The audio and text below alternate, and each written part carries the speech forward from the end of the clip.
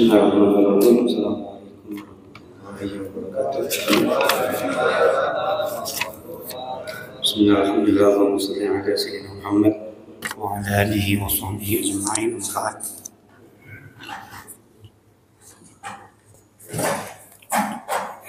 Subhanaka la ilma lana illa ma 'allamtana. Innaka antal alimul hakim. Qala rabbi shrah li sadri wa yassir li amri. Wahlul 'uqdatan min lisani yafqahu qawli. Wa qur rabbi zidni ilman warzuqni fahman amin ya rabbal alamin. Insyaallah pada pertemuan ini, karena sudah mendekati bulan suci Ramadan, kita tidak melanjutkan tema dari sholat istisqa. Kita selesaikan dulu dan kita menuju ke bab puasa. Karena kita akan memasuki bulan suci Ramadan, insyaallah ada 4 pertemuan, dan juga di waktu puasa juga nanti kita akan lanjutkan bab puasa ini, agar puasa kita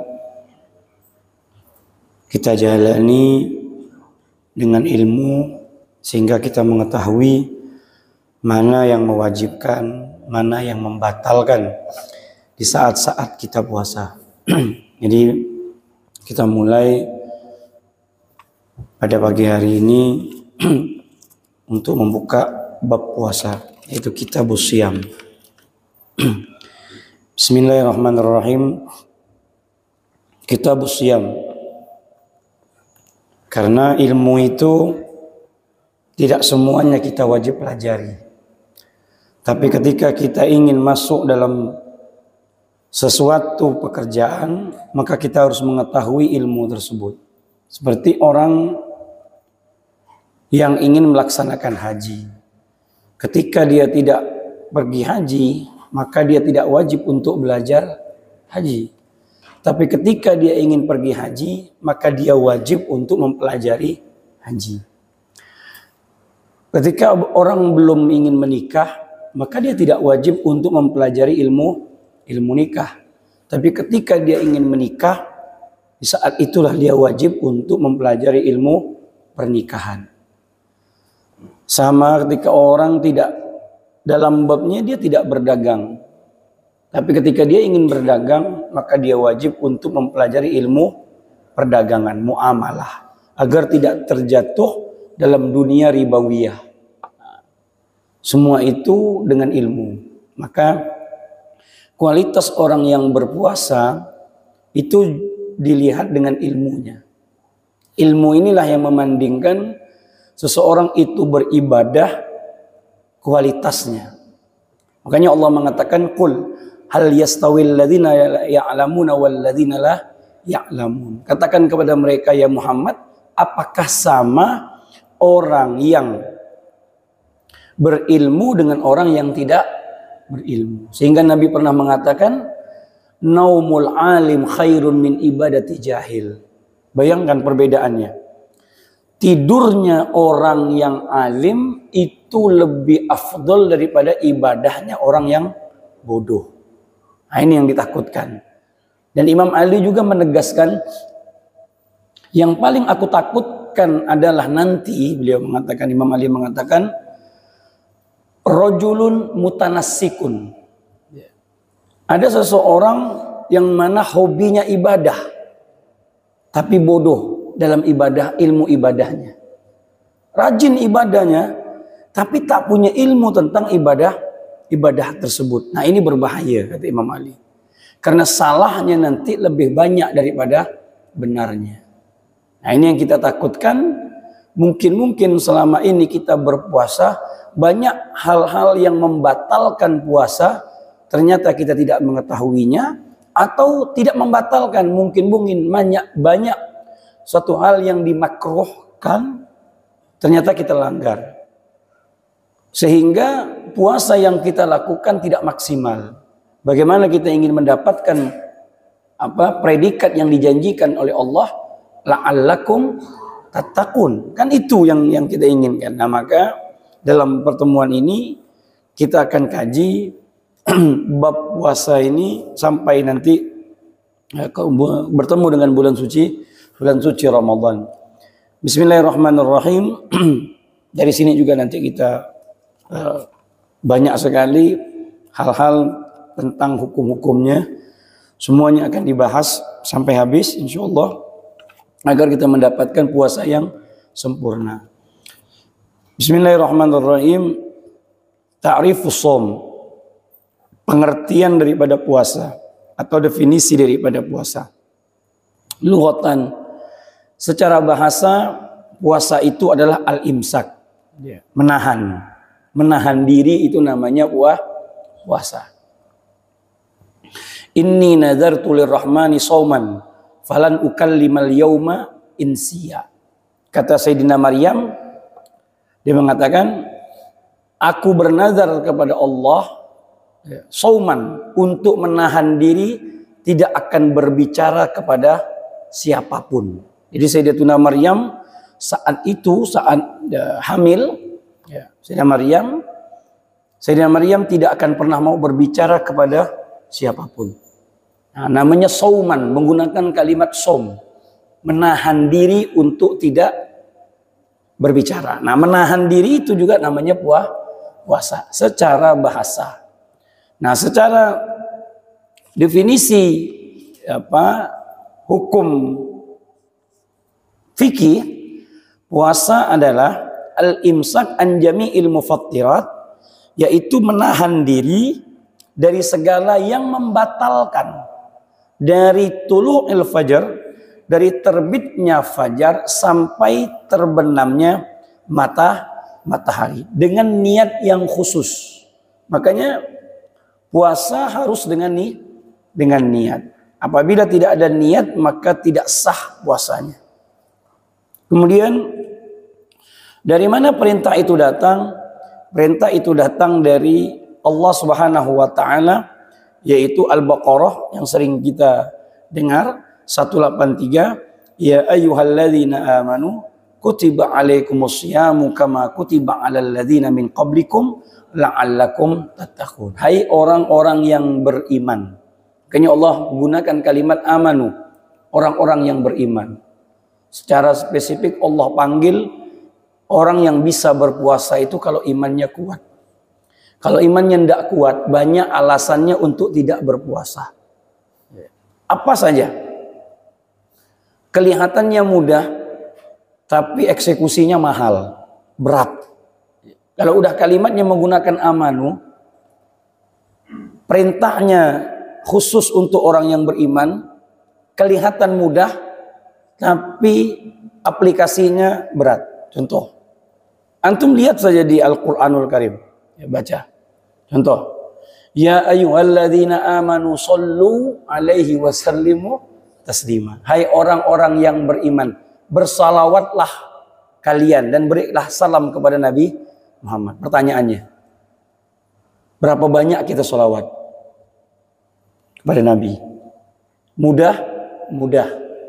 Tapi mudah tidak lisan kita untuk bersalawat? Tidak. Kayaknya memang mudah. Orang cuman sallallahu ala Muhammad cukup kok.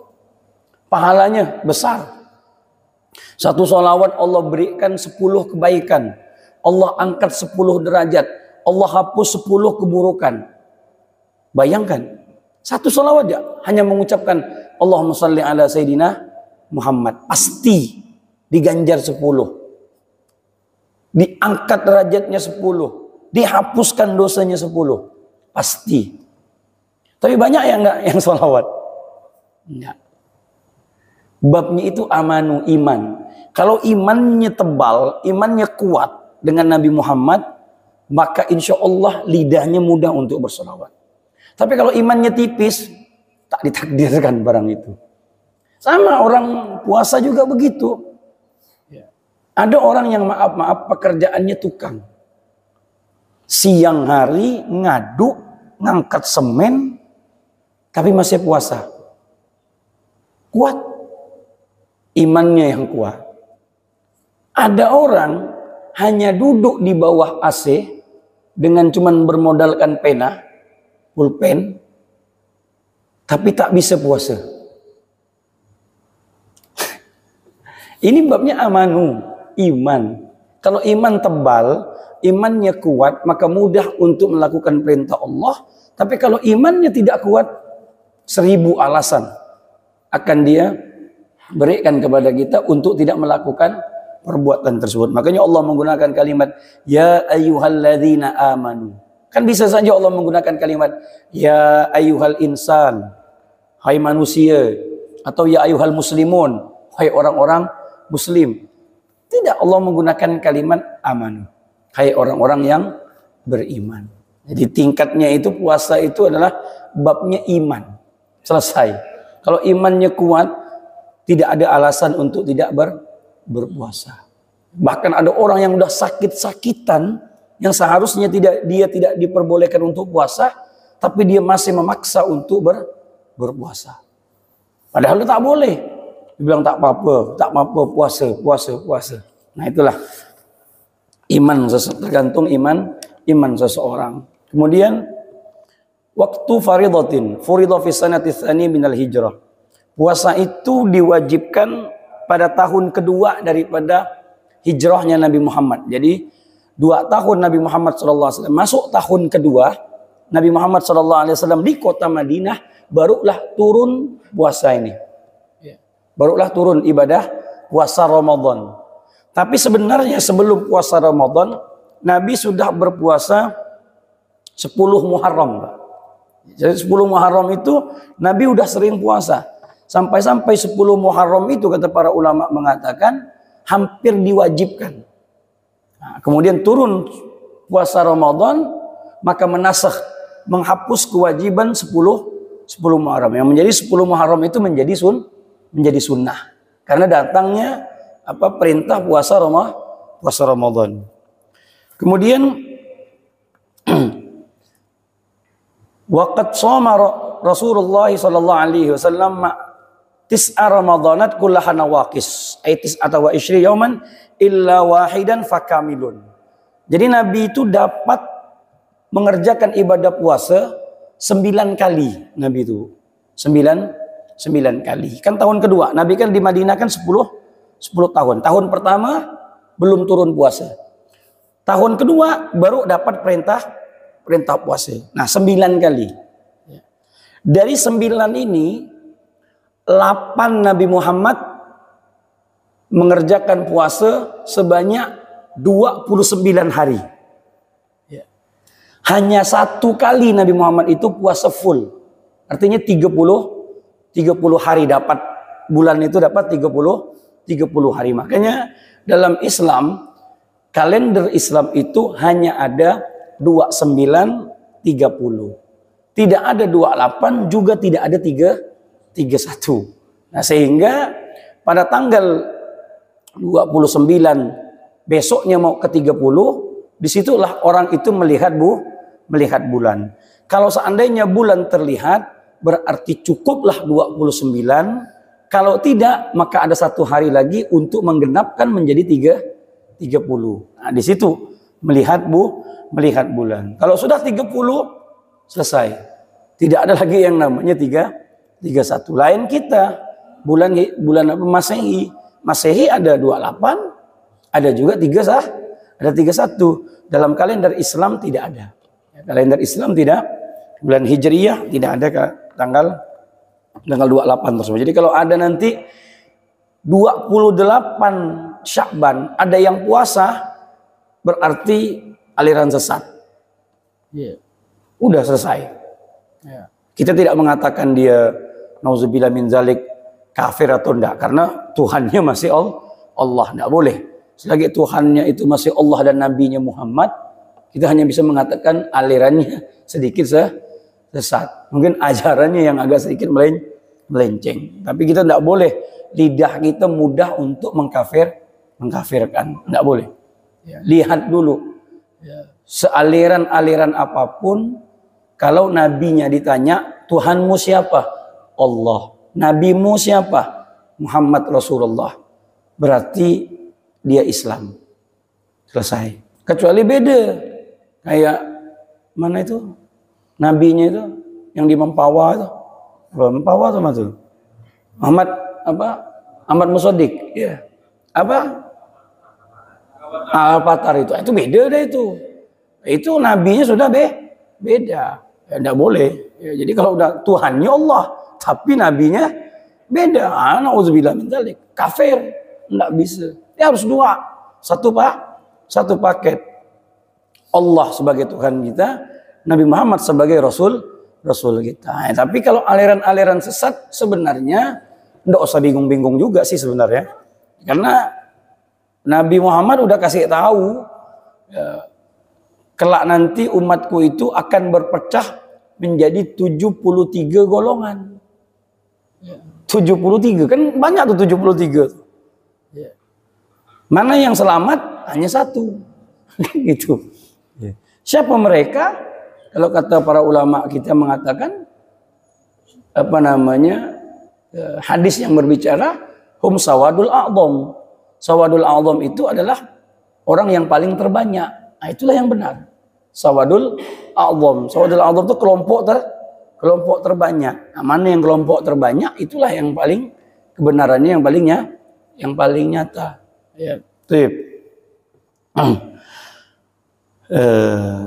kemudian Nabi SAW tadi hanya berpuasa 30 hari satu kali. 8 kalinya Nabi Muhammad berpuasa 29 kali. Syahrul Ramadan, bulan Ramadan. Apa arti Ramadan itu? Ya. Ramadan itu adalah bulan ke-9 daripada Hijriyah. Ya. Dia termasuk afdhalus syuhur.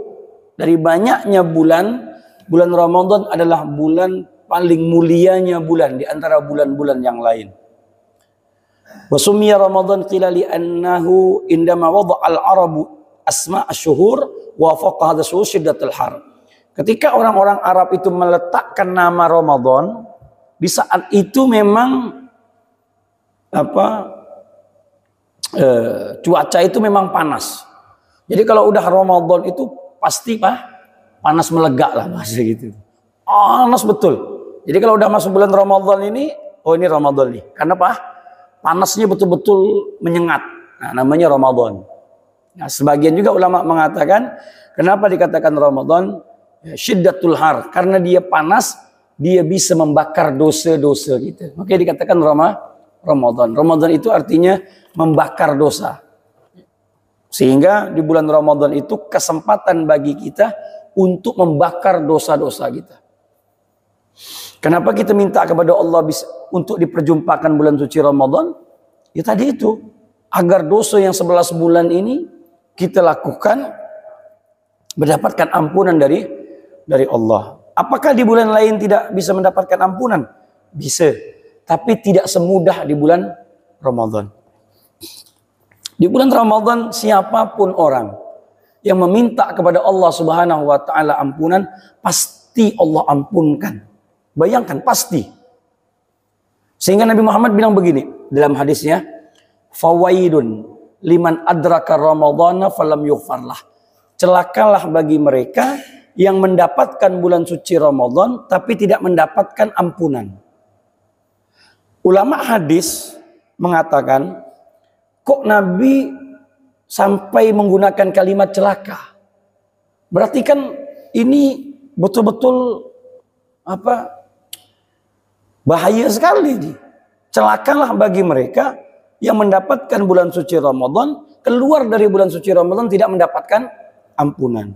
Nah, ulama hadis mengatakan, kenapa Nabi sampai menggunakan kalimat kalimat celaka tersebut? Karena kalau manusia umat Islam itu berjumpa dengan bulan suci Ramadan, mustahil dia tidak mendapatkan ampunan. Sebejat-bejat apapun dia, pasti dia akan mendapatkan ampunan Allah. Mustahil dia keluar itu tidak mendapatkan ampun. Hanya orang-orang yang celaka sajalah yang keluar dari bulan suci Ramadan tidak mendapatkan ampunan. Entah dosa apa yang dilakukan di bulan suci Ramadan.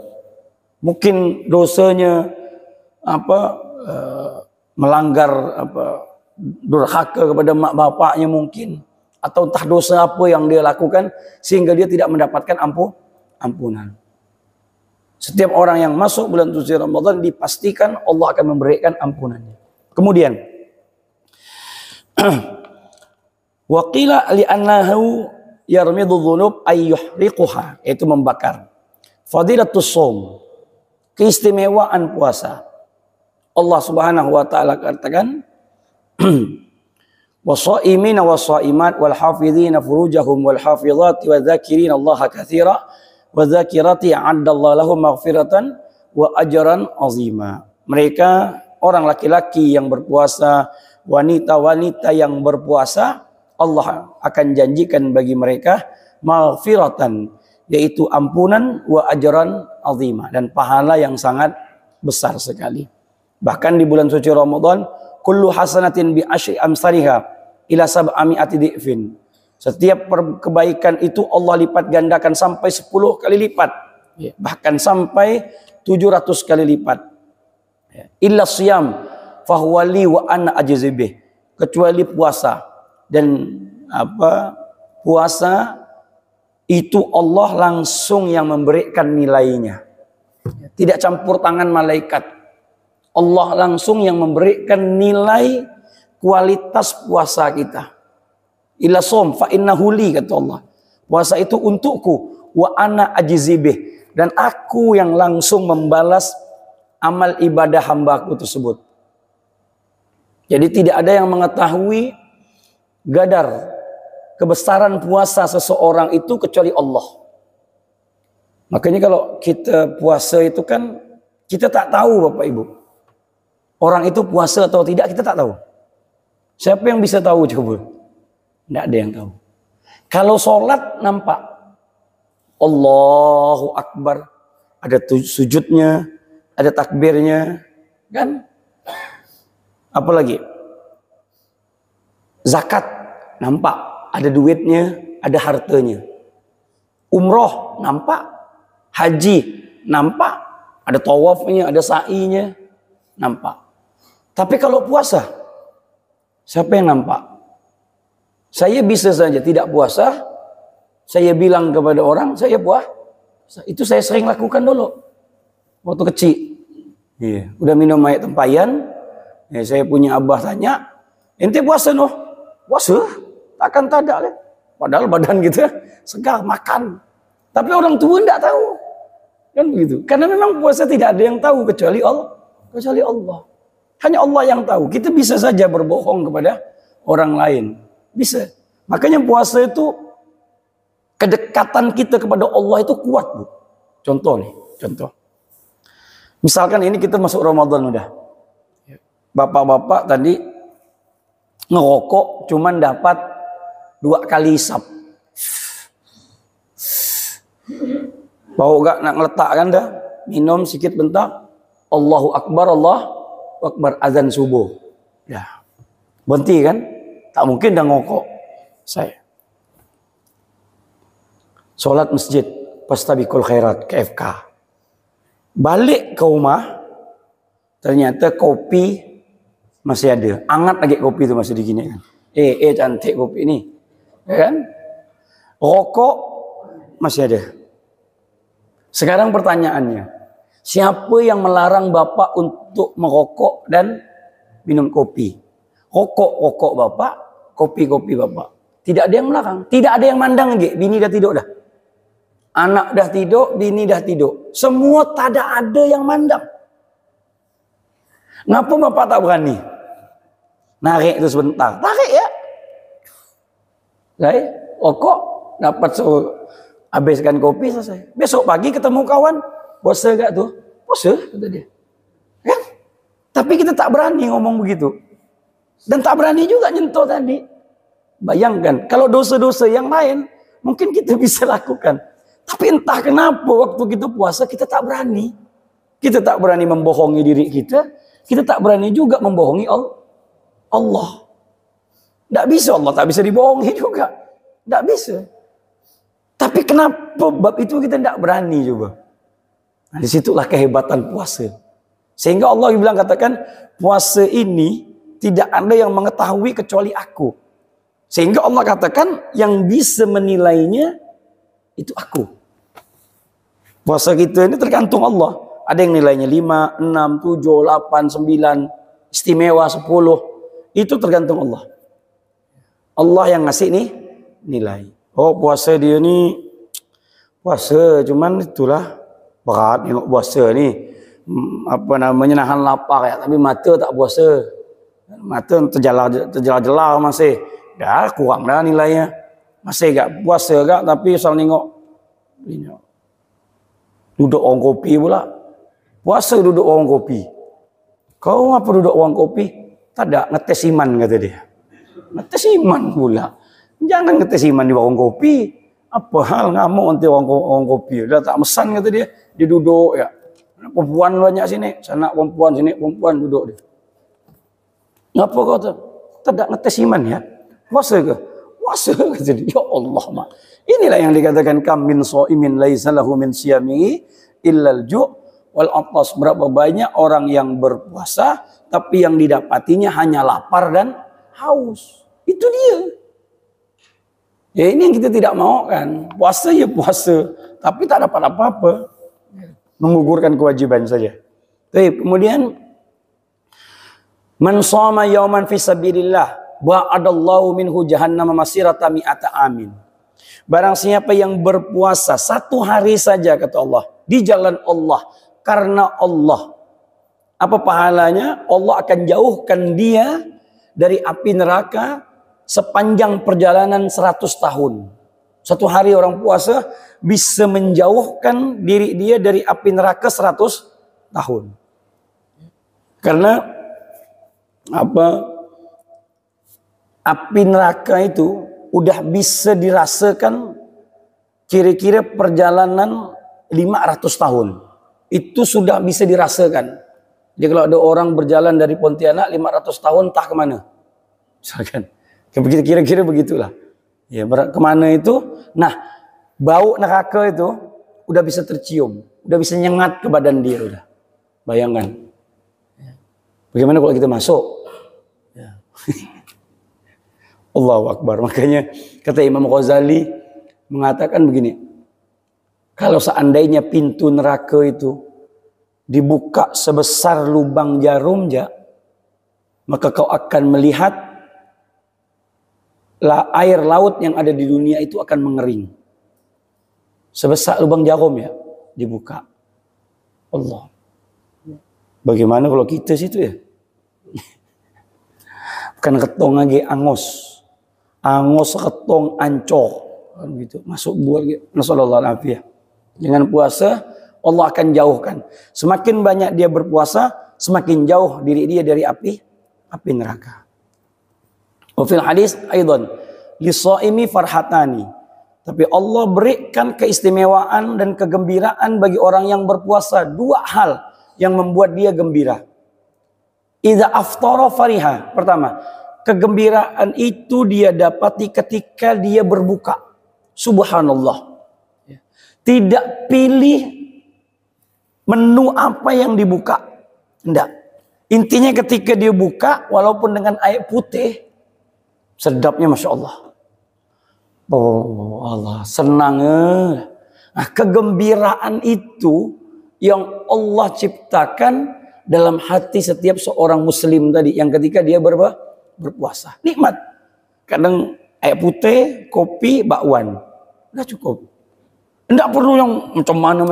Kalau ada alhamdulillah. Senang. Tapi senangnya kan berbeda-beda.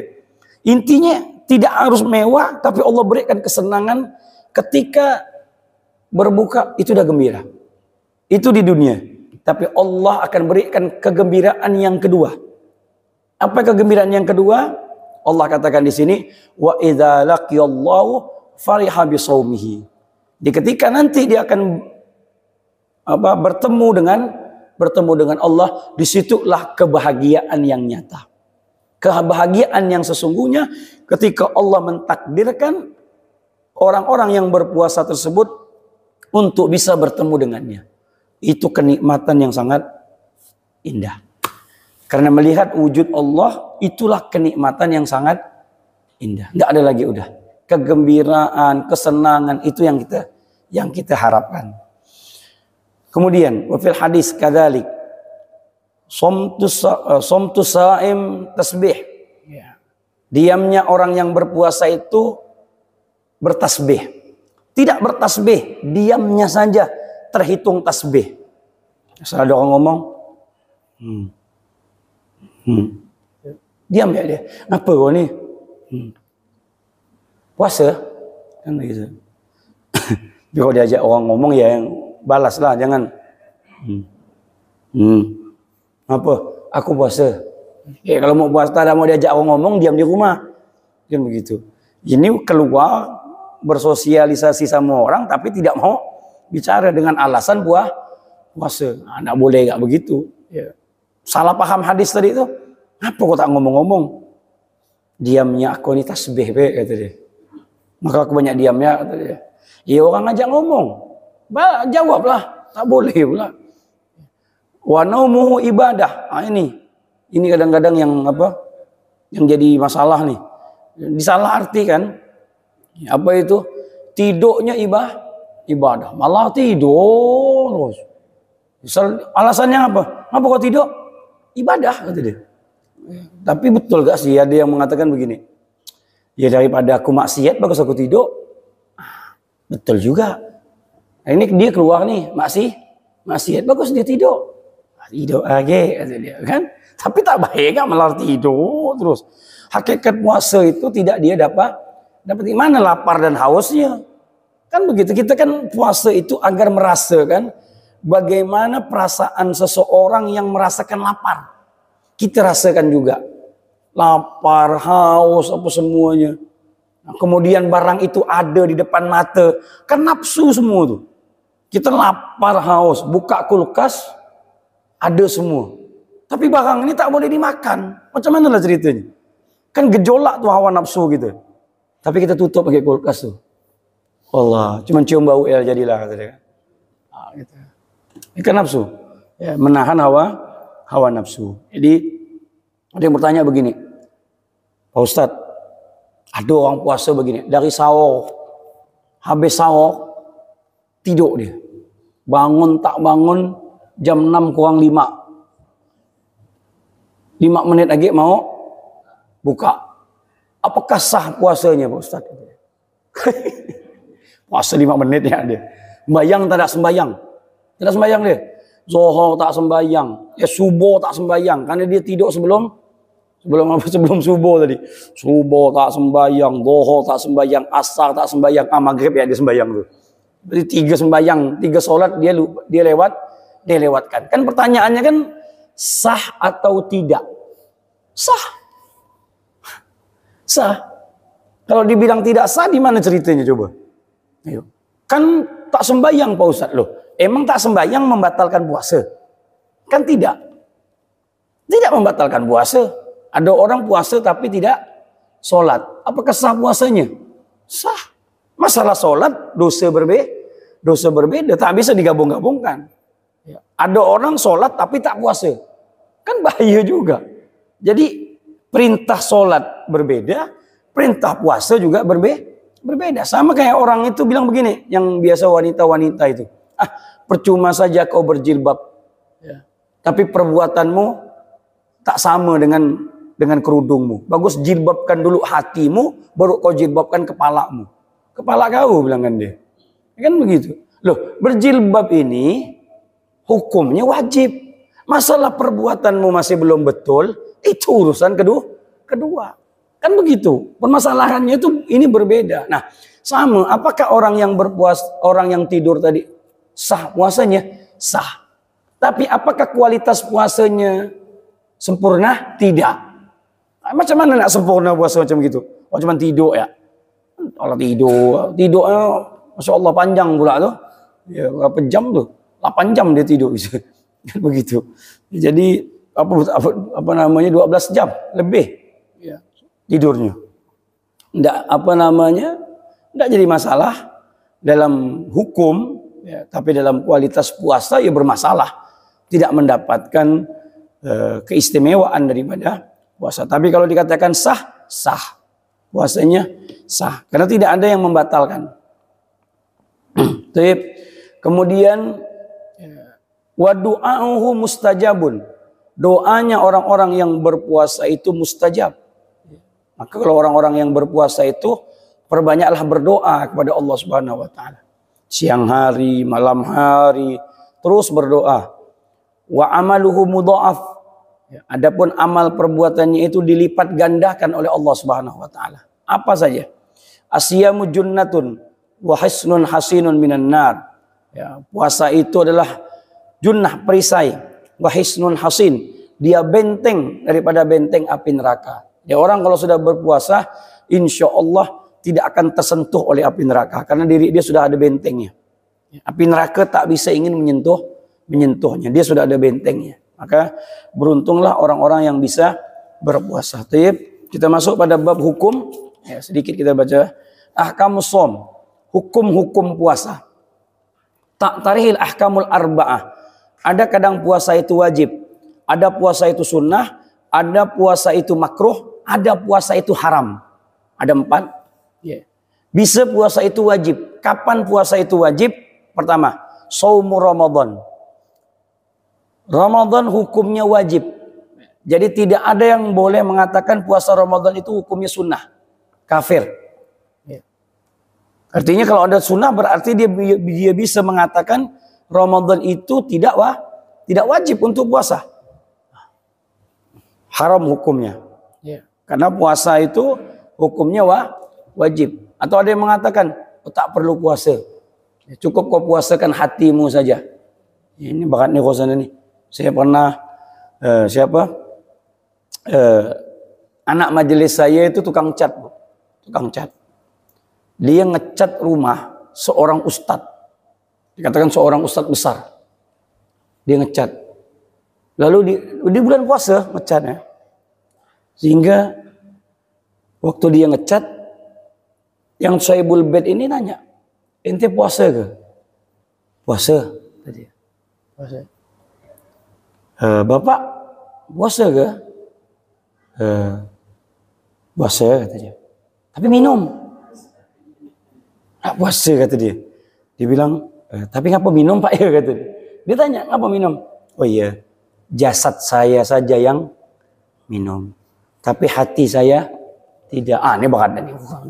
Ini bakat ini. Ini tahu saya turun ini. Ini bakatnya sesat dan macam begini. Dia puasa hati. Jadi yang tahu itu bukan manusia. Jadi kalau jasad ini kan, kalau ente ini kata dia, puasanya hanya puasa jasad saja. Belum sampai pada titik situ, belum sampai kata dia. Oh iya apa? Sambil ngecat lah dia. Habis itu dia ngelapor sama saya. Siapa orangnya? Ada beb kata dia. Sana kata dia. Tahu dah saya kata dia. Terus saya ngomong lah kata saya. Banyak Pak kayak gitu ya. Kayak macam sholat gak? Sholat cukup ingat. Allahu Akbar. Dia diam. Dah. Apa tuh? Udah sembahyang dah. Udah sembahyang. Dia cukup ingat. Ya Allahu Akbar. Hati-hati. Kalau ada pemahaman seperti itu, cepat-cepat dihindari dan cepat-cepat ditolak dengan alasan apapun. Kalau sudah mengatakan puasa itu tidak wajib, ya, sholat itu tidak wajib, hati-hati. Ya, bisa menjadikan dia seorang kafir. Maklumuddin bid-darurah. Tidak ada yang tidak tahu kalau sholat itu tidak wajib. Semuanya kita tahu.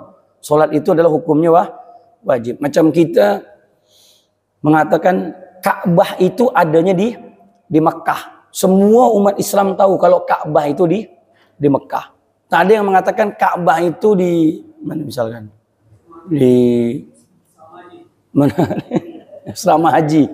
Atau Ka'bah itu di mana ke gitu. Tak ada. Ya. Yang tahunya Ka'bah itu adanya di Mekah. Itu namanya maklumuddin bid-darurah. Mau tak mau, suka atau tak suka, sebodoh-bodohnya orang pasti akan tahu menjawabnya. Nggak ada dia bilang tuh, mana asrama haji lah gitu dia. Apa pula asrama haji kata dia. Ya, toib. Ya, yang kedua shaumul qadha. Nah, ini yang penting. Yang wajib itu adalah shaumul qadha. Puasa mengqadha. Nah, selama yang kita tinggalkan dalam hidup kita dari masa baligh sampai umur saat ini, berapa banyak puasa yang telah kita tinggalkan. Itu yang tahu Bapak Ibu semuanya. Saya tak tahu. Kalau saya ini alhamdulillah terselamatkan ya Bu. Bukan bisa, bukan. Tapi terselamatkan. Terselamatkan dengan keadaan saya. Karena saya mondoknya itu sebelum balik saya udah pergi pesantren. Nah, udah dari pesantren umur 13 tahun. Saat itu belum balik. Dapat 2 tahun saya baru balik di pondok. Umur 15 tahun. Sampai sekarang alhamdulillah puasa tak pernah tinggal. Nah, jadi dalam hitung-hitungan itu terselamatkan saja. Bukan mampu, bukan. Mungkin kalau saya tidak mondok, banyak gak kali puasa tinggal. Kan begitu. Karena kan tak tahu kan. Mungkin dengan keadaan, apa semuanya. Situasi, kondisi, apa semuanya kan Masya Allah. Tapi kalau di pesantren kan mau tak mau. Mau tak mau, suka atau tak suka, ya puasa. Digenjot puasa, puasa terus. Karena kalau saya itu, pondok saya itu tidak mengizinkan guru saya itu untuk pulang Ramadan itu di rumah. Guru saya tidak boleh, tidak mau. Murid-muridnya tidak boleh puasa di rumah. Puasanya harus di pondok. Kadang-kadang kan pondok-pondok pesantren kan sebelumnya kan udah harus dipulangkan. Kalau Abuya guru saya dari dulu tidak mau, harus di pondok puasanya. Nanti udah tanggal 20 Ramadan baru dipulangkan. Saya pun baliknya kadang-kadang udah 2 hari mau lebaran, 3 hari mau lebaran, kadang besok mau lebaran baru saya balik. Jadi ya terselamatkan ya. Jadi kalau untuk puasa qadha, alhamdulillah, kalau saya pikir-pikir tak ada lah saya. Tak ada utang lah saya. Tak ada udah utang. Nah, itu terselamatkan. Nah, yang tidak terselamatkan Bapak, yang hitung-hitungan dari 15 tahun, umur 15 tahun sampai sekarang 40 tahun atau yang 45 atau yang 50, hitung nih. Berapa banyak puasa yang ditinggalkan nih? Banyak Pak Ustaz. Nggak mampu saya ngitung ya Pak Ustaz. Ya mau diapakan? Hukumnya wajib di qadha. Karena dia sudah masuk dalam bab wajib. Wajib apa? Wajib mengganti. Ya tadi itulah pelan-pelan. Makanya saya sudah sering saya katakan, ikutlah puasa-puasa sunnah. Misal Senin, Bid. Nah, ini kan puasa-puasa sunnah. Nah, masukkan puasa qadha, puasa Arafah. Puasa ini, jadi qadha masukkan di sunnah. Qadha masukkan sunnah. Jadi mudah untuk menggantinya. Ada waktu luang nyaman, puasa sunnah. Akan begitu. Nah, mau tidak mau harus diselesaikan. Dan juga wajib fidyah loh. Bayangkan sebenarnya itu wajib fidyah. Karena tahun ketemu tahun tidak terselesaikan. Coba bayangkan begini ya. Misal dari umur, kita hitunglah umur 15 tahun. Umur 40 tahun baru dia sadar balik ke jalan Allah. Puasa terus. Dari umur 40 puasa terus. Tapi dari 15 ke 40 berarti berapa tuh? 25 25 tahun tidak puasa. Berarti 25 bulan dia wajib mengganti kan? Hampir 2 tahun berarti. 2 tahun lebih. Dia harus mengganti puasa. Bukan hanya 2 tahun lebih saja dia harus mengganti, tapi ini wajib dibayar fidyahnya. Jadi 30, katakanlah 30 dikalikan 25, hasilnya kalikan beras. Apa tuh Pak ya? Ini banyak lah tuh. 750. Hampir 1 ton Iya berasnya. Setengah tonan lah kira-kira begitulah. Ya. Itu wajib dibayarkan fidyahnya. Wajib juga mengqadha puasanya. Ingat tuh. Fidyahnya itu wajib karena dia sudah kena denda lah bahasa. Kalau perbankan kan udah kena akumulasi deh nih. Kena denda. Bunganya tuh udah berlipat-lipat. Tapi itu semua harus dibayarkan. Harus dibayarkan. Nah, itu kadang-kadang orang tak sadar tuh. Dia mengganti puasa, tapi dia lupa fidyah itu kena. Sama nih, contoh. ibu masih hutang 8 puasa misalkan tahun kemarin, ya, belum terselesaikan sampai sekarang. Sekarang masih ada waktu nih, udah mau masuk Sya'ban ini kan, ini 29 kalau tidak salah sekarang ini, ya, 29 Sya'ban. Berarti 29 Rajab. Berarti masih ada 1 bulan lagi untuk menyelesaikan 8 hari tadi kan. Kalau terselesaikan 8 hari, ketemu puasa, berarti selesai. Tapi seandainya baru 7 hari, dapat 6 hari, tahu-tahu sudah masuk Ramadan, berarti sisa 2. Hutangnya sisa 2. Hutang tetap wajib dibayar, tapi 2 ini wajib dibayar fidyahnya dulu. Jadi kalau nanti zakat fitrah, lanjutkan juga gabungkan dengan membayar fidyah. 2-nya nanti masukkan lagi ke puasa yang akan datang ini. Misal kan wanita itu kan kalau masih menstruasi kan pasti tidak puasa nantinya. Misalkan dia menstruasinya 7 hari. Berarti tinggal ditambah 7 tambah 2, berarti hutangnya 9. Untuk dia menyelesaikan di tahun yang akan datang. Tapi yang 2 itu dia wajib bayar dulu fidyahnya. Ya, bayar dulu dendanya itu dibayar. Nah, itu yang jadi permasalahan kita yang banyak tidak diketahui oleh orang lain. Dia lupa. Selama bertahun-tahun dia tidak puasa, ketemu tahun, fidyah itu tidak terbayarkan. Nah, hati-hati. Jadi kembali lagi ke pribadi masing-masing. Ya ingat-ingat saja. Ya syukur-syukur kalau memang tak pernah meninggalkan puasa, ya alhamdulillah. Ya. Saya alhamdulillah Pak Ustadz, dari kecil memang orang tua udah menekankan untuk bab puasa. Alhamdulillah, ya nikmat berarti. Jadi orang tuanya memang betul-betul mendidik dengan baik dan benar. Kemudian terakhir, shaumul kafarah, ka kafaratuz zihar au qatrin au jima'in au Ramadan. Nah, kafarat shaumul kafarah. Kafarah itu wajib. Contoh misal ada orang yang membatalkan puasa dengan berhubungan badan. Jima, yaitu berhubungan badan. Dia misalkan nikah besok nak puasa, dia kawin pula. Besok puasa, memang nyari hal mang lah. Puasa dia kan, dia nikah. Besok puasa, tahan. Dapat hari kedua, ditengok bini. Cantik pula bini aku ni, kata dia kan. Nama kan orang pengantin. Baru 2 hari ni, goyang dia. Kan? Goyang dia, ya Allah mak dia. Tak mampu aku, kata dia kan. Akhirnya karena tak tahu ilmunya tadi, akhirnya dia batalkan puasa tadi dengan berhubungan badan. Maka dia kena yang namanya kafarah. Apa kafarahnya? 2 bulan puasa berturut-turut. 2 bulan puasa. Berarti 60 hari dia puasa berturut-turut. Kalau sampai 58 batal, balik lagi dari awal. Karena tadi itu.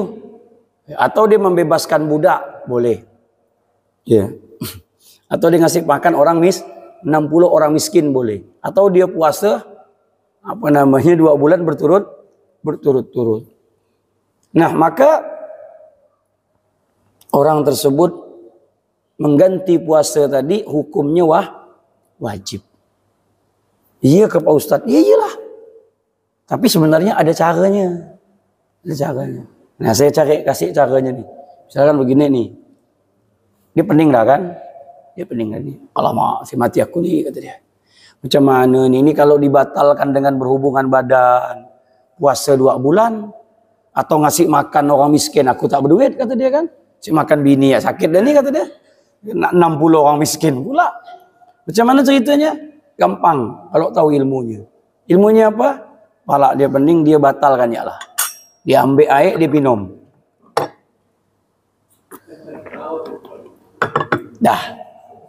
Awas ya, Kak. Kan? Batal puasanya, habis dia batal, dia berhubungan. Nah, hukumnya Apakah dia kena puasa 2 bulan? Tidak, karena dia sudah batal. Jadi kenanya berapa? 1 hari ya. Cuman ya dosa lah dia. Saya lagi tak bicara dosa nih. Kalau dosa udah pasti. Tapi kan barang dah tak kuat nih kan. Bening. Ya, menghindarkan 2 bulan kan baik sehari. Nah inilah kalau pandai ilmunya. Kan begitu. Kira begitulah ya. Contoh begini nih, contoh lagi.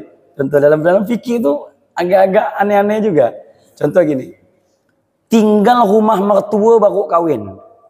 Bayangkan tinggal di rumah mertua. Iya. Kamar mandi cuman sebuti. Antum kalau kanggong-kanggong bolak-balik mandi malah basah ya nih kata mertua bilang, enggak keberamak muka kita kan? Subuh basah, besok basah gitu. Kata mertua bilang, nah macam mana caranya Bu? Pak, ada caranya. Nah, inilah degil-degilnya santri ini. Ya. Caranya, malam-malam basahkan kepala aja. Kalau mandi kan kedengaran. Kalau basahkan kepala aja kan tak ada. Basahkan kepala, malam jam 10 tuh misalkan. Basahkan kepala, dah keringan kepala, dah selesai. Ya. Nanti subuh, kepala jangan dibasahkan. Tinggal nyambung badan. Nah, jadi pas keluar kan, kering kupu rambut nih. Tak ada, kata dia kan. Pandai-pandai lah. Itu boleh. Nah, kira-kira begitulah caranya untuk mengakalkan. Kalau malah basah terus tidak kemalu kah? Kan soal bagusnya malu ya nih. Itu kan begitu. Nama gak tinggal rumah, tinggal rumah mertua. Paham pula Habib nih, iya. Saya 6 tahun tinggal rumah mertua. Malu Pak. Iya, malah ketemu gitu. Malah mak mertua tuh senyum ya ada. Alamak, ini beratnya urusan ini. Ini ilmu harus dipakai ini kata saya nih. Ilmu inilah saya pakai. Saya basahkan dulu, besok subuh kamar mandi tepat basah kan badan, selesai lah. Dia nengok kita wuduk ya, kata dia. Nengok rambut tak ada basah. Rupa apa ada? Kamu ya, kata dia kan. Pandai-pandai lah kan gitu. Wallahu a'lam bishawab. Mudah-mudahan Allah Subhanahu wa taala panjangkan umur kita untuk bisa jumpa kembali dengan bulan suci Ramadan. Amin amin ya rabbal alamin. Ada pertanyaan? Sila, Ibu. Assalamualaikum.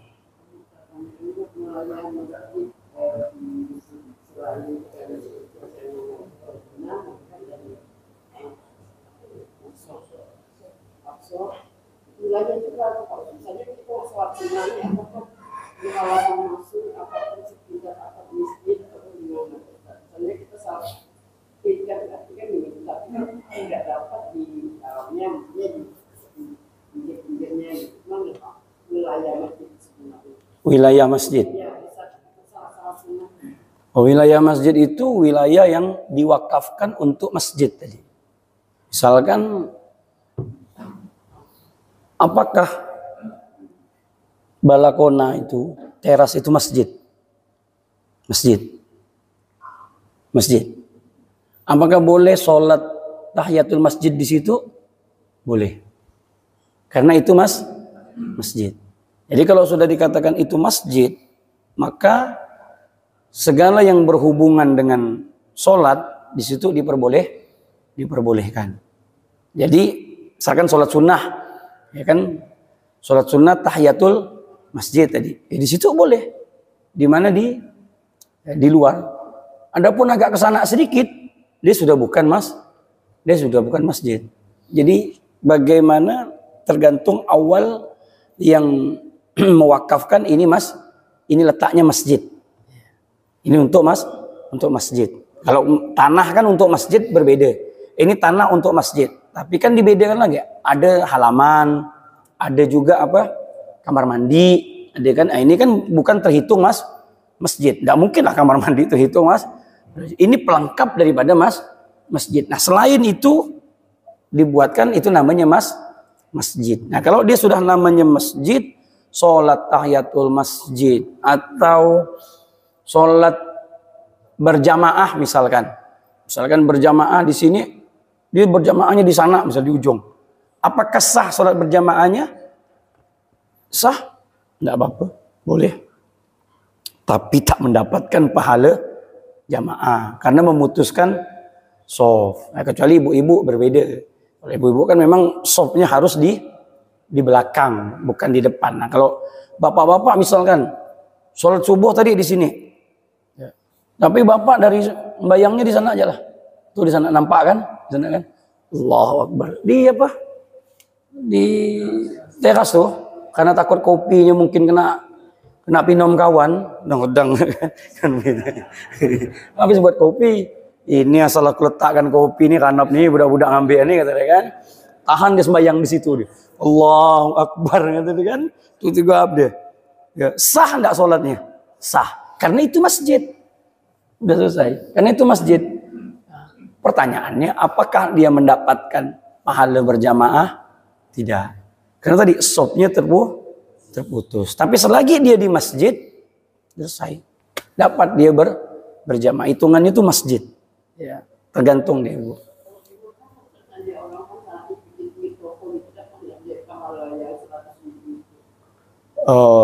Kalau tidak dalam Masjidil Haram tidak dapat. Karena hadisnya itu adalah sholat di Masjidil Haram, di masjidnya. Jadi kategori masjid itu ya selagi dia dilebarkan lagi nanti, dilebarkan lagi, dibesarkan lagi ya tetap dia masjid. Tapi di luar daripada itu bukan masjid. Ya, di toko misalkan gitu. Atau di hotel, depannya kan ada apa? Burj Zamzam. Ya, hotel Zamzam. Ada orang sholat di hotel Zamzam. Sama aja. Ini kan Masjidil Haram. Enggak sama. Orang ini hotel kok. Ya, enggak bisa. Walaupun turun perantaran langsung ke, kan lurus kan langsung ke mana? Langsung ke Masjidil Haram kan.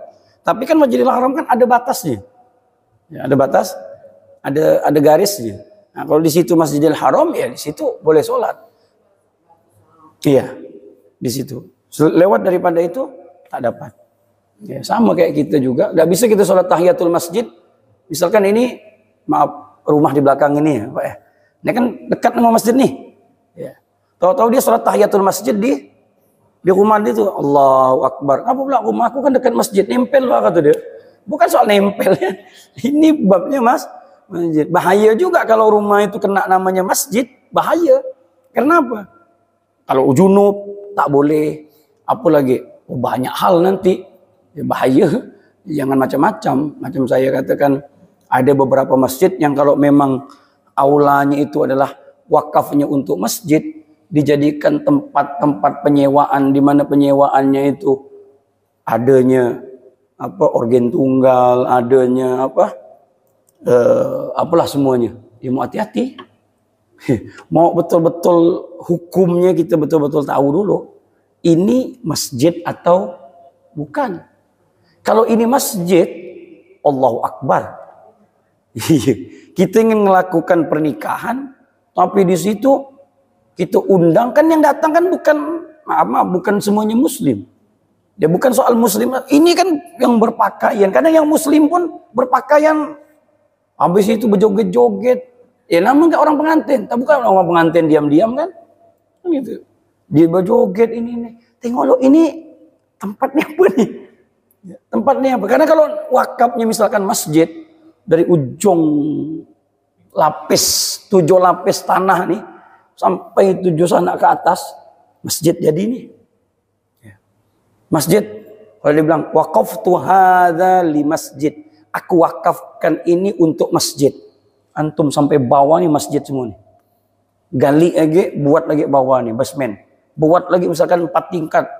Macam gedung di Cina sana, di bawahnya aja ada berapa puluh tingkat gitu. Tapi masjid misalkan.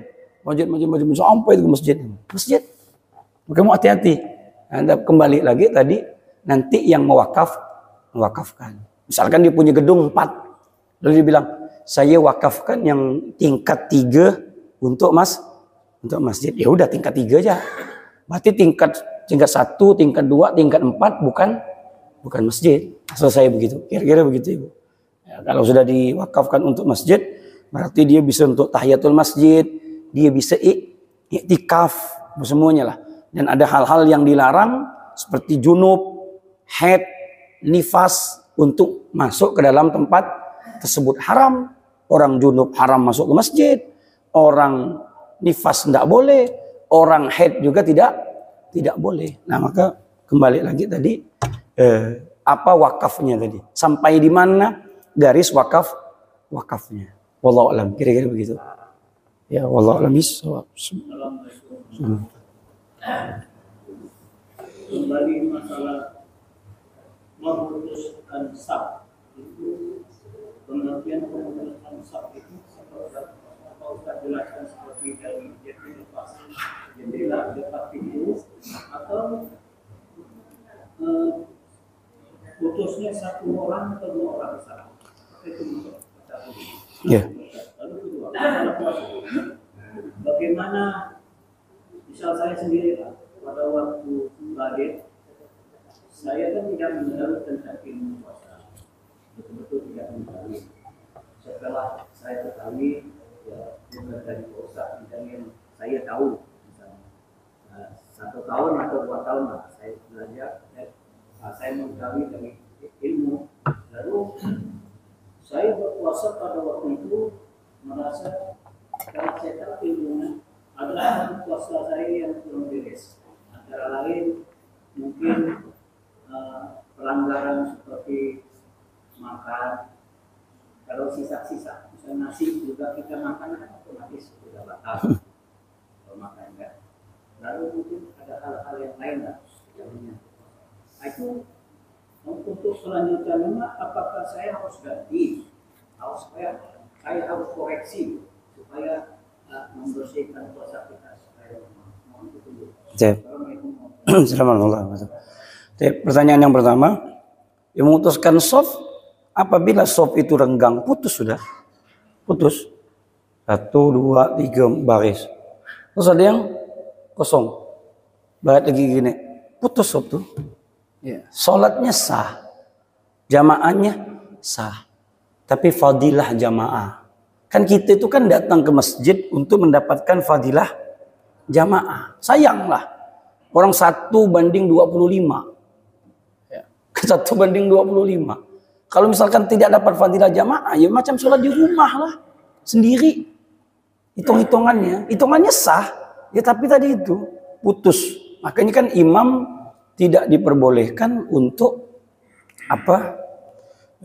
takbir sebelum melihat shaf itu rapat terlebih dahulu. Itu tugas imam. Adapun misalkan sholat di mana, di jendela sana, kalau ini jendela pintu inilah pintu yang terbuka, bukan terkunci mati, tidak apa-apa. Dan dia terbuka saja. Ya, dia terbuka boleh. Ya, jangan dia terkunci mati, jendela mati gitu, itu enggak bisa.